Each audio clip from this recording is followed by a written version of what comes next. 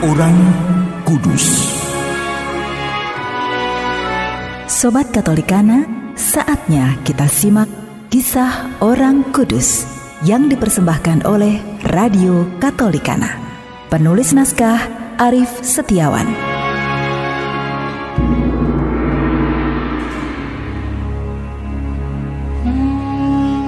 Saudara-saudari, hari ini kita akan mengikuti kisah Santo Albertus Magnus, seorang uskup dan pujangga gereja.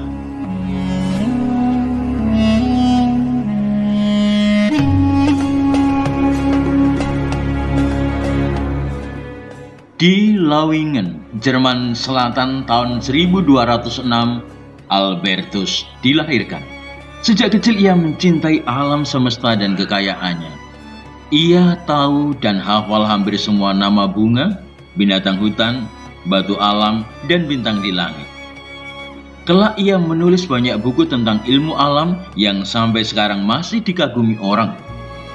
Albertus belajar di Universitas Padua, Italia. Kemudian ia masuk Ordo Dominikan dan ditempatkan di Cologne. Rekan-rekan biara melihat bahwa Albert pandai dan bijaksana. Albertus menjadi mahaguru tersohor di Paris dan di Cologne. Ia dijuluki Dokter Universalis karena menghasilkan buah pena yang banyak dan meliputi segala ilmu. Thomas Aquinas adalah salah satu muridnya. Albertus mempelajari buku-buku sarjana Yunani dan Arab. Ia diangkat menjadi uskup. Tetapi pada tahun 1262, setelah menyelesaikan masalah-masalah penting di dalam keuskupannya, ia mengajukan pengunduran diri kepada Bapak Suci. Bapak Suci, mohon perkenankan saya mundur dari kursi uskup. Saya masih harus banyak belajar dan banyak yang harus saya bagikan kepada sesama. Maka izinkan saya mundur, Bapak Suci. Albertus dikenal rendah hati dan suci hidupnya. Ia menaruh devosi kepada sakramen Maha Kudus. Lebih dari 50 buku berhasil ditulisnya. Albertus Magnus wafat pada tanggal 15 November 1280.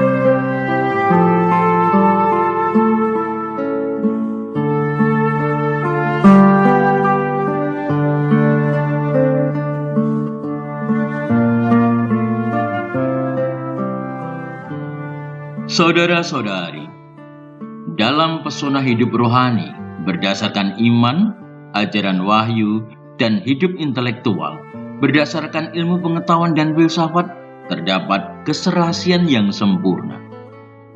Tuhan dimuliakan dan manusia dibahagiakan. Itulah tujuan Sang Pencipta.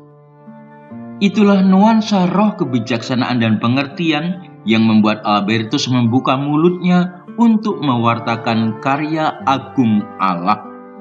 Albertus juga tidak lupa memuaskan sesamanya dengan santapan rohani dan jasmani, seperti diungkapkan dalam Injil Lukas bab 12 ayat 42. Jadi, siapakah pengurus rumah yang setia dan bijaksana, yang akan diangkat oleh tuannya, menjadi kepala atas semua hambanya, untuk memberikan makanan kepada mereka pada waktunya? Apa yang dilakukan Albertus Magnus dilanjutkan juga oleh muridnya Thomas Aquinas.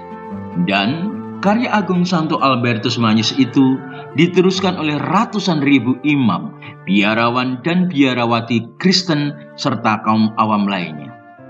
Pujilah Tuhan, hai seluruh bumi.